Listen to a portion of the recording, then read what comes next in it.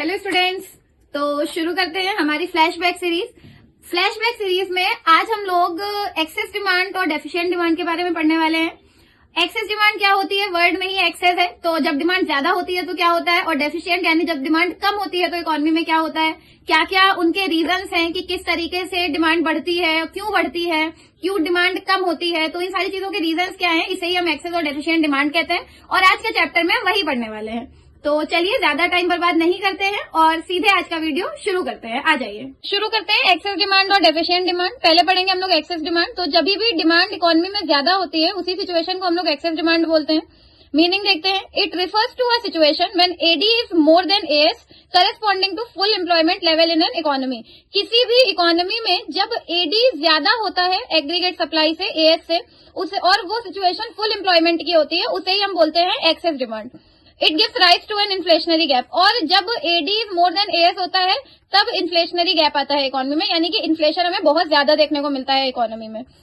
अभी हम इसका कर्व समझेंगे बाद में, पहले हम इसके रीजन समझते हैं कि ऐसा होता क्यों है, एक्सेस डिमांड इकोनॉमी में क्यों, क्या रीजन है जिसकी वजह से एक्सेस डिमांड इकोनॉमी में इतनी ज्यादा आती है और एडी बढ़ जाता है एएस से, जबकि इन्फ्लेशन होता है फिर भी ये सारी चीजें क्यों आती है।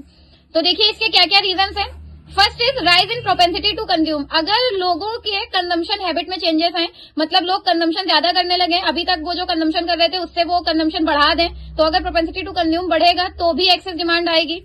रिडक्शन इन टैक्सेस, अगर सरकार टैक्सेस कम कर दे, मतलब अब लोगों को चीजें सस्ती पड़ने लगेंगी। अभी तक कोई चीज उन्हें 10 की मिलती थी विद टैक्स, अब सरकार ने टैक्स हटा दिया तो वो 7 की मिल रही है, तो लोग उसका कंजम्पशन ज्यादा करेंगे, डिमांड बढ़ाएंगे।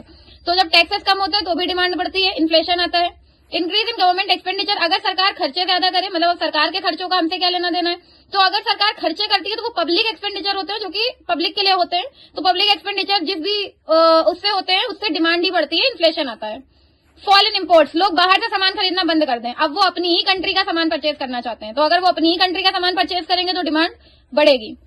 राइज इन एक्सपोर्ट्स, बाहर की कंट्रीज को हमारा सामान अच्छा लगने लगे, तो अगर बाहर की कंट्रीज को हमारा सामान अच्छा लगेगा, हमारा सामान ज्यादा बिकेगा, एक्सपोर्ट्स राइज करेंगे तो भी डिमांड बढ़ेगी, एडी राइज करेगा।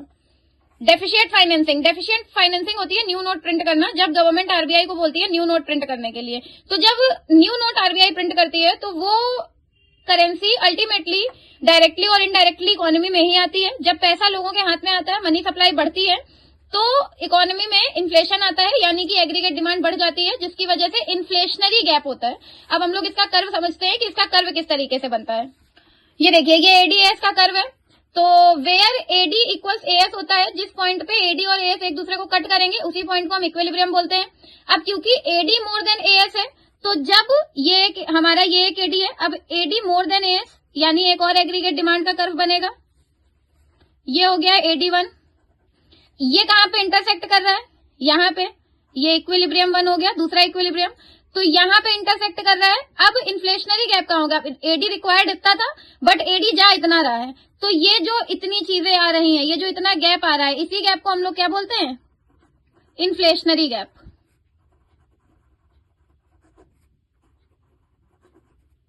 इन्फ्लेशनरी गैप क्या होता है, it refers to a gap by which actual AD exceed the AD required. AD की रिक्वायरमेंट ये थी बट जो एडी है वो बढ़ गया है, इससे ज्यादा हो गया, इसी से ये गैप आया इन्फ्लेशनरी गैप। मतलब लोग अभी तक यहाँ पे फुल एम्प्लॉयमेंट था, लोग सेटिस्फाइड थे, सब बढ़िया था, पर फिर भी एग्रीगेट डिमांड बढ़ गई है, जिसकी वजह से इकोनॉमी में इन्फ्लेशन आ जाता है। अब देखते हैं डेफिशिएंट डिमांड क्या होती है, मतलब जब एडी कम होता है। It refers to a situation when AD is less than AS corresponding to full employment level in the economy. Same meaning है, बस वहां पे AD more than AS था, यहाँ पे AD less than AS है। तो वो सिचुएशन जब एग्रीगेट डिमांड एग्रीगेट सप्लाई से कम होती है सेम फुल एम्प्लॉयमेंट की सिचुएशन में, उसे हम बोलते हैं डेफिशिएंट डिमांड। जब डेफिशिएंट डिमांड होती है तो इकोनॉमी में डिफ्लेशनरी गैप देखने को मिलता है, मतलब एडी एएस से कम है, अब डिफ्लेशन आ रहा है, लोगों के पास पैसा नहीं है, लोग खर्चा नहीं करना चाहते हैं। देखिए इसका कर्व देखिए, और अगर इसके रीजंस की बात करें तो सेम रीजंस वाइसा वर्सा हो जाएंगे जो अभी हमने एक्सेस डिमांड में पढ़े। जैसे फॉल इन इम्पोर्ट था तो इसमें फॉल इन एक्सपोर्ट हो जाएगा, इंक्रीज इन इम्पोर्ट हो जाएगा, मतलब जस्ट उसका अपोजिट आप कर देंगे तो वो डेफिशिएंट डिमांड के रीजंस हो जाएंगे। इस वजह से मैंने वो रीजंस आपको इधर लिखे नहीं है, आप लोग वही रीजंस पढ़िएगा, उन्हीं रीजंस का वाइसा वर्सा जो होगा वो डेफिशिएंट डिमांड के रीजंस होंगे।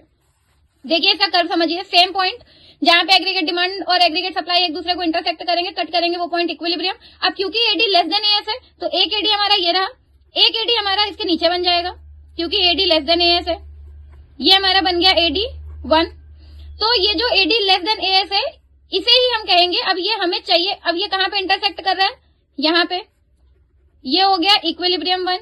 हमें चाहिए था इतना, रिक्वायर्ड इतना था, बट आ यहां तक रहा है, तो ये जो गैप है, इस गैप को हम लोग क्या बोलते हैं, डिफ्लेशनरी गैप।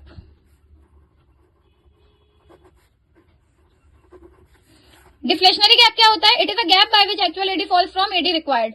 ये वो गैप है जो एक्चुअल एडी से फॉल करता है, मतलब एडी रिक्वायरमेंट इतनी थी, एडी आ यहाँ पे गया, इसे ही हम बोलते हैं डिफ्लेशन, और यही डिफ्लेशनरी गैप को शो करता है। तो ये थी डेफिशिएंट डिमांड, ये था उसका कर्व, और ये थी डिफ्लेशनरी गैप की मीनिंग। तो स्टूडेंट्स, ये था मेरा आज का वीडियो एक्सेस डिमांड और डेफिशिएंट डिमांड के ऊपर, और इन डिटेल अच्छे से चैप्टर को रीड करिए। इनके ग्राफ्स बहुत इंपॉर्टेंट हैं, तो इनके कर्व ग्राफ सब अच्छे से समझ के जाइए। ग्राफ में एक एक पॉइंट अच्छे से मार्क करिए और अच्छे से समझिए। और अगर कोई डाउट है तो मुझे कमेंट सेक्शन में बताइए। वीडियो को लाइक करिए, चैनल को सब्सक्राइब करिए, और अपने दोस्तों के साथ इस वीडियो को शेयर भी करिए। Thank you so much.